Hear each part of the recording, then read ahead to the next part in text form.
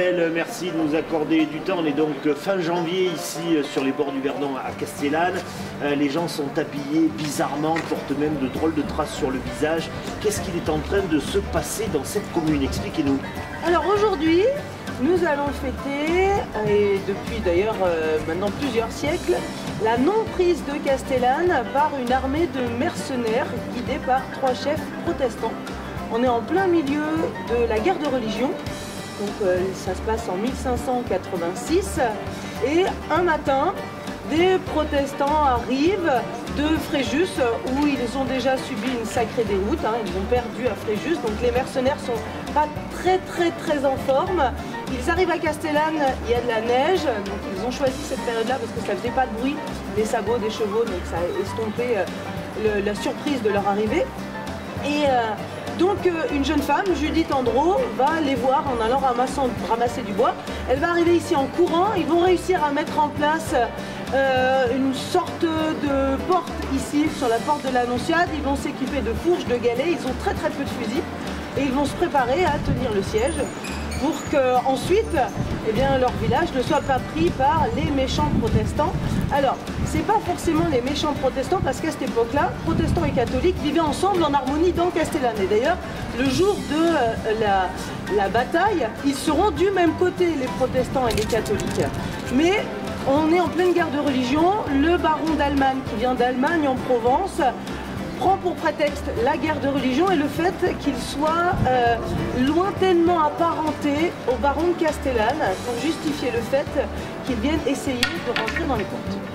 Merci, c'est une histoire moderne puisque l'héroïne, d'après ce que vous dites, est déjà une femme. L'héroïne est une femme, alors après l'histoire a forcément un petit peu modifié la légende. Maintenant elle est devenue très jeune, très belle. On ne sait pas trop comment elle était réellement à cette époque-là. Mais oui, c'est une femme. Et cette année, on ne pouvait pas trop passer à côté de l'actualité par rapport au fait qu'on raconte l'histoire d'une bataille et d'une guerre. Et donc, vous verrez tout à l'heure, on fait un petit rappel d'actualité avec les enfants. Comment ça s'organise aujourd'hui dans les années 2000 au niveau de Castellane? Comment on organise ça? On mobilise les enfants, il y a des bénévoles? Alors moi je suis professeur de théâtre à Castellane et tous les enfants qui sont là avec nous et les adultes qui vont participer à la reconstitution font partie des cours de théâtre. Donc c'est l'animation que nous organisons tout au long du mois de janvier. C'est principalement les Cabotins, la troupe de théâtre de Castellane. Et après, il y a des bénévoles, principalement pour les bravadiers, ceux qui tirent au fusil. Et cette année, on a repris l'organisation du repas. Donc il a fallu trouver aussi des petites mains pour nous aider à réaliser le repas. Un petit peu comme la reine d'un jour dans certains endroits ou dans certains villages, elle est choisie par un jury, par un comité, Judith, ou bien c'est le hasard qui fait là bien les choses? Non, c'est moi, je suis très despotique. D'accord. Et les critères alors pour qu'on devienne la Judith d'un jour à Castellane, c'est quoi? Alors, vous pouvez l'être l'année prochaine, on n'a encore jamais fait avec un homme. Le principal critère, c'est que ce soit jamais la même. 430e, vous regardez les panneaux en arrivant ici, c'est énorme, autant d'éditions. Alors, lors de la victoire, la première victoire, le 31 janvier 1586, les habitants de Castellane se sont jurés de fêter la fête des pétardiers, donc c'est rigolo parce qu'on fête les perdants en vrai, en mangeant du jambon à l'os pendant 10 ans. Et ça a été reconduit de décennie en décennie. Alors évidemment, il y a eu des intermittences, il y a eu des moments où, par exemple, ça se passait toujours le 31.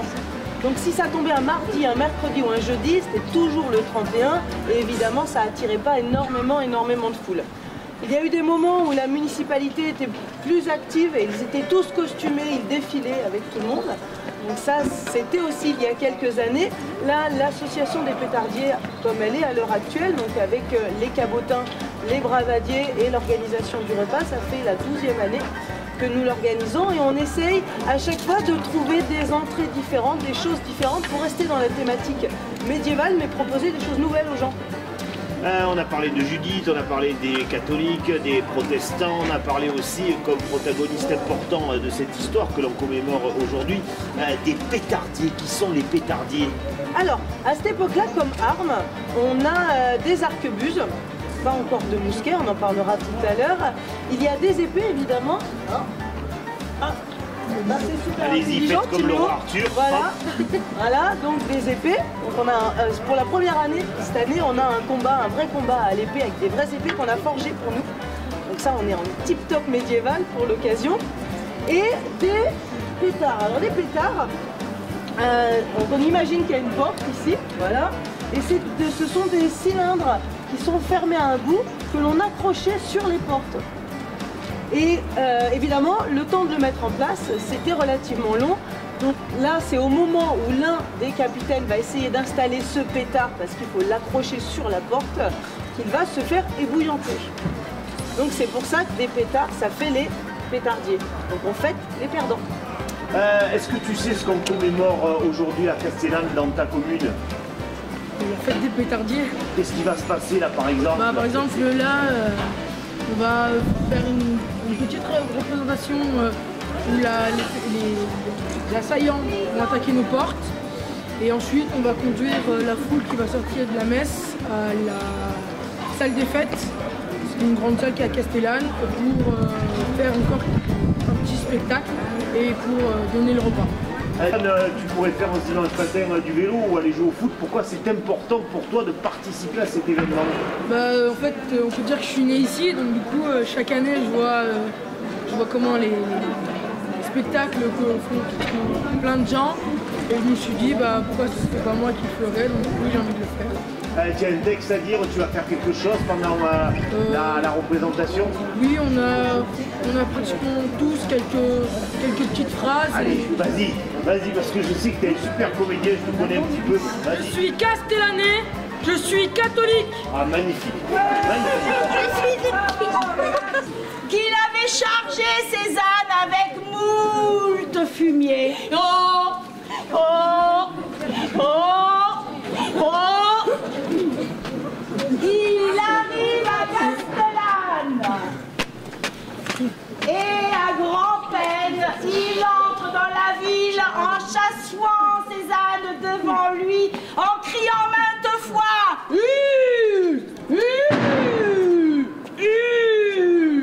Il s'en sort finalement assez bien, arrive dans la rue des vendeurs des épices. Les valets y battaient le mortier. Respirant l'odeur des épices, le vilain ne peut plus faire un pas devant lui. On lui aurait donné 100 écus d'or qu'il ne pouvait plus bouger.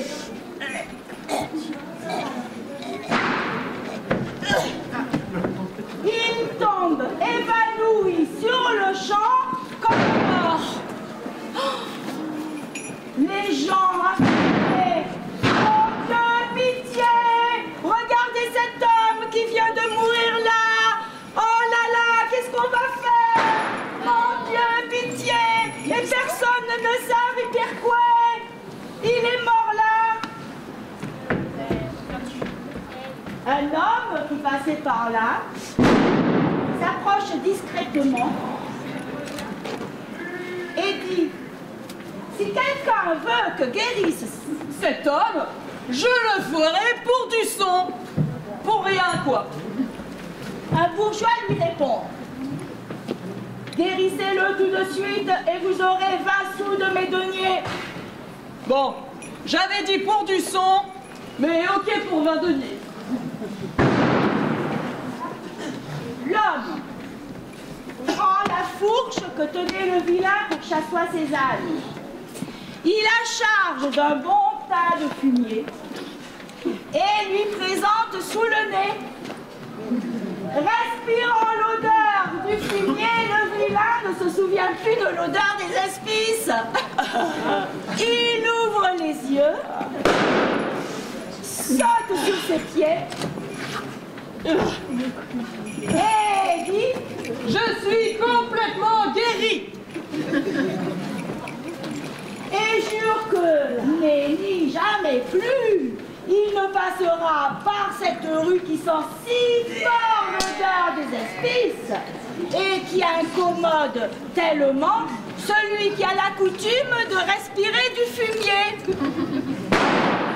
Je veux dire par cette histoire qu'il n'est ni raison, ni bon sens, celui qui prétend renier sa nature. Nul ne doit renier ce qu'il est.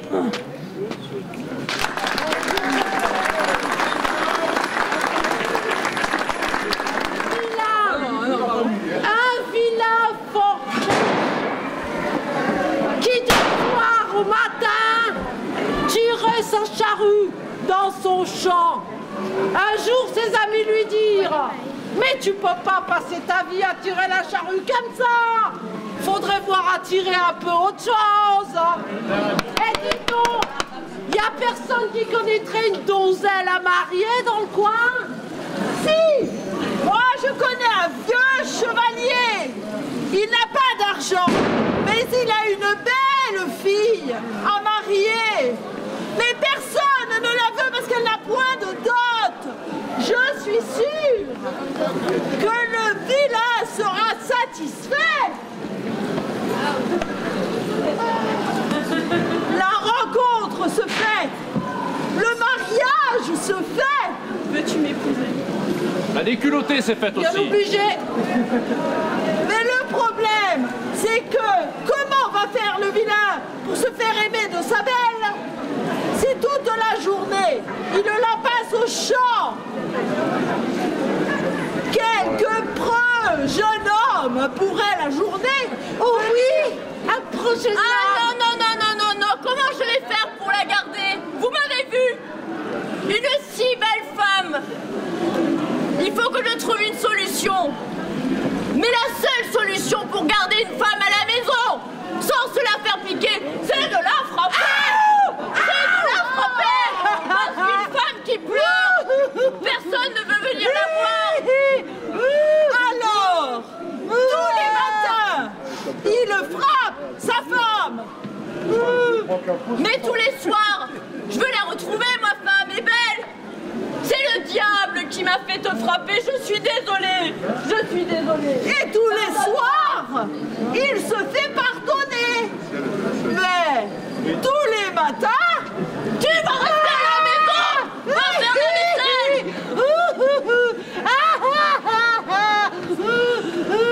alors qu'un jour, il est parti au champ, deux preux chevaliers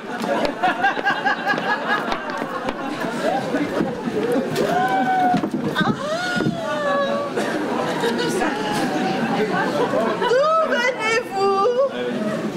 Nous venons du roi. Gentes dames, notre maître nous envoie pour quérir un médecin, pour soigner sa belle et tendre princesse. Oui, un médecin. Tout à fait, ma belle. Mais je connais le meilleur d'entre tous. Le meilleur. Où se trouve-t-il? C'est mon mari. En plus. Oui, alors, il faut quand même que je vous avoue quelque chose, il a très mauvais caractère. Comme notre bon roi. Si vous lui demandez quelque chose, il dira non. La seule chose qui le fait changer d'avis, c'est quelques coups de bâton. Oh, nous pouvons, nous pouvons. Nous avons le bâton. Nous pouvons. Alors, vous prenez tout droit, à droite, à gauche, la haie, la charrue, il est là. Je vous en prie. Portons-y. Et toi, médecin? Bonjour, les chevaliers. Bonjour, pieux homme. Que voulez-vous? Nous Vous êtes sommes médecin? venus de récupérer. Ah non, vous me voyez bien, je suis paysan, j'ai l'air d'un médecin. Ah, l'on nous a dit que tu étais médecin et encore le meilleur du royaume. On Donc vous tu a vas mal nous renseigné. suivre sur le royaume. Comment ça? On vous a mal renseigné. Pardon? Non mais Comment ça va pas. Aïe. Aïe. Et voilà. Mais aïe, je ne suis pas médecin. Ah, mais comment? Je ne suis pas médecin. Tu vas nous suivre, dis. C'est bon. Je nous suis suis. médecin. Allez, partons au royaume, bon notre maître. En cheval.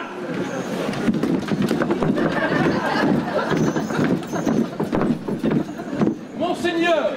Nous vous amenons le médecin. Voici donc. Votre Majesté, il y a confusion. Je ne suis pas médecin. Mais comment? Tiens. Qu'on le batte! Je ne suis pas médecin, ils sont Qu'on le batte! C'est bon. D'accord. Je suis médecin. Très bien, allez donc soigner ma fille qui a une arête de poisson coincée dans le gosier. Depuis des mois, la pauvrette, elle souffre le martyre. Pour cela, il me faut une pièce à part. Préparez donc un grand feu. Allez-y, allez-y. Le médecin, devant un grand feu, commence à se déshabiller. Il se met nu comme un ver et se met à se gratter comme si un régiment de punaises l'avait piqué. La princesse se met à rire tant et tant que son arête s'écrase. Votre Majesté, j'ai réussi. Bravo. Votre fille est guérie. Ah oui, très bien. Je vous couvrirai d'or et vous resterez mon ami au château. Ah non, moi c'est bon, je vais travailler. Vous voulez pas rester? Allez-y. Non, On ne reste c'est pas. bon. C'est bon. Très bien, ça tombe très bien justement. Votre renommée vous a suivi et tout Castellane demande à être soigné par vous. Oui, ça fait beaucoup de monde, hein. Quoi? C'est rien pour vous. Tu veux des limaces? Mon doigt, j'ai perdu mon doigt. Alors, vous êtes malade? Oui, ma belle. Alors moi j'ai une solution pour vous. On va prendre le plus malade d'entre vous, on va le brûler, on va préparer une bonne boisson bien vigoureuse avec les cendres, et celui qui boira ces cendres ne sera plus malade. Alors qui est le plus malade? Comment? C'est toi? Comment? Si t'es pas malade, tu sors. Alors, guéri? Oh, comme un tout neuf, mon roi, comme un tout neuf. Alors, Quel malade? médecin? Non, non, ça va, impeccable. Allez dehors. Alors, guéri? Super, génial. Oh, quel génie! Tu es malade? Moi? Ah bah non, mais qu'est-ce que je fais? Alors dehors. Y a plus de malade ici? Alors, guéri? Ah bah non, oui. Ah bah je suis pas malade. Votre Majesté, Je vous couvrirai d'or et d'argent. merci, Votre Majesté. Vous êtes trop fort. Je peux rentrer chez moi maintenant? Allez-y donc. Allez, je rentre à pied. Chérie. Oh, bien-aimé. Oh, tu m'as manqué. Eh bien voilà. Depuis ce jour, Je l'aime. le vilain ne va plus au champ couvert d'or et d'argent. Il reste auprès de sa femme, qu'il aime. Et qu'il laboure. Qu'il aime. La morale de cette histoire, c'est que grâce à la ruse d'une femme, ah c'est moi, le médecin fut médecin sans jamais avoir étudié. Voilà.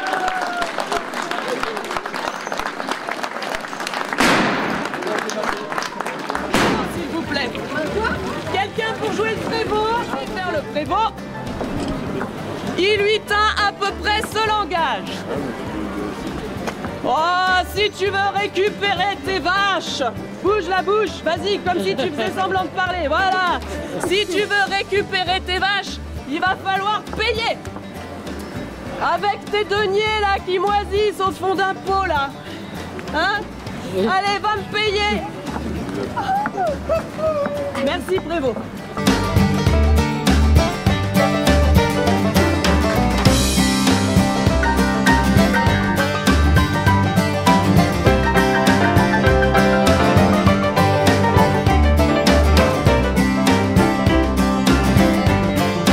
Tout va pile